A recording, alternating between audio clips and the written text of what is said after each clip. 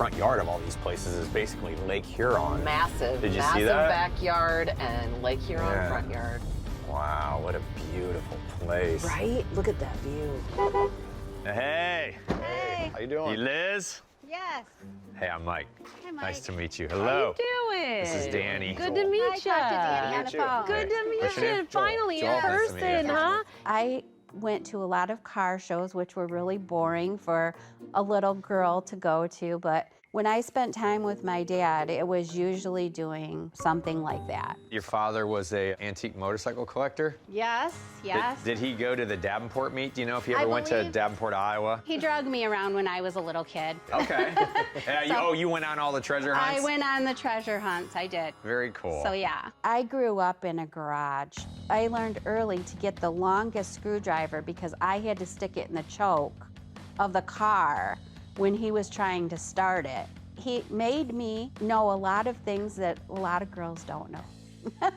It's not every day there's a motorcycle in the den, but Oh my we've gosh. got one. I love the way he's living. Whoa. This is unbelievable that the first thing you see when you walk in a dude's house is a skirted four-cylinder with a sidecar sitting right there in front of you. I've got 8 motorcycles in my house. Oh my gosh. So it's cool to see this. You want to surround yourself with the things that you love. And it doesn't matter how big they are, you're going to do it. It's an inline 4-cylinder, and then you've got these skirted fenders. It sounds and looks like a locomotive going Yeah. down the road, you know. Up to this point, there had been a number of American inline 4-cylinders on the road. Brands like Ace, Cleveland, Henderson. But when Indian started skirting their fenders in 1940, dropping that fender to the side with that sexy airflow line, that streamlined look, that was a game changer. So how long has this been in here?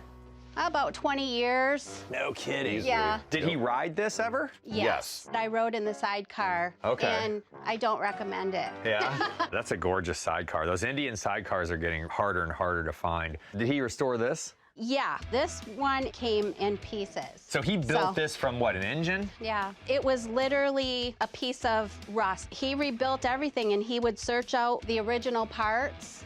He worked at Chrysler, he did the paint line, he worked in the Marine Division, and he did some of the machinist work. It was a good job for him. Did he do the engine on this? I believe so. No kidding. It's got a hydraulic front end on it. It's got a telescopic front end on it. Yeah. Indian didn't do this until the 50s. The front fork on this bike is a telescopic front end off of an Indian from the 1950s. They stopped building the 4-cylinder in 1942. Okay. Okay, so this would have had a leaf spring front end on it. Yeah. So he wanted to make it more comfortable and maybe sit more upright on the bike. I know what he's trying to do. He was building this bike as a rider. It wasn't something that was period correct. And he's also laid this piece of metal over the side to make this look like the side of the tank is chromed. This is Nice. probably stainless or something that he's put on the side of the tank to bring a different element to it. Yeah. I mean, this is no museum quality restoration. This was lovingly restored in a way to where you didn't have to worry about putting it through the paces. He wasn't meticulous about some things being 100% authentic. He did it to where it was his. He made it his.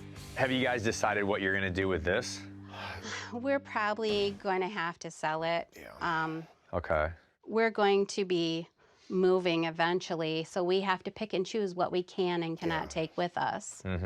So, If the bike was built to period with a leaf spring front end on it and just had a little bit of a different restoration, it can bring as much as $65,000. But it Nice. also depends on how it runs, because to do this engine, a 4-cylinder engine, to rebuild it is a minimum of 25 grand.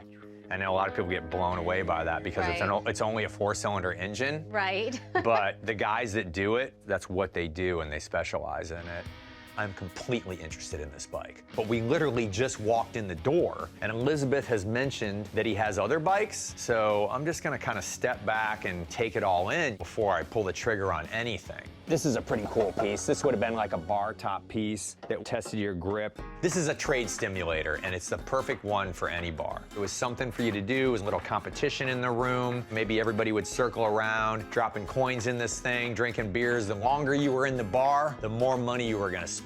And you could walk away as a champion. Oh, he's even got a penny in there. Let's see if it works. No.